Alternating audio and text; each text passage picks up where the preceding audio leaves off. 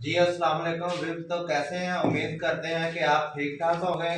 तो ये हमारा एक वॉशरूम स्टार्ट हुआ है। तो बात करते हैं ये टाइल की फिटिंग की। तो ये देखें, हम अपने बड़े प्रॉपर तरीके के साथ इसको लगा रहे हैं।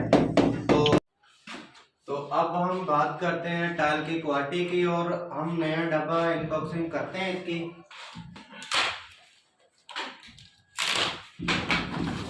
ये देखिए,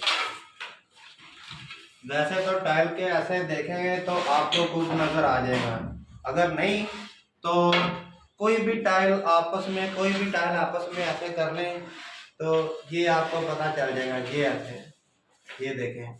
अगर फिर भी दूसरे तरीके के साथ चेक करनी है तो अभी इसको ऐसे रखें तो ये देखें, टाइल ऊपर घूमती जाएगी जैसे मर्जी। ये है, कोई भी टाइल आप चेक कर सकते हैं, कोई भी टाइल। ये है टाइल की क्वालिटी, और हम कोशिश करते हैं कि बेहतरीन तरीके के साथ फिर भी हम टाइल की फिटिंग करें।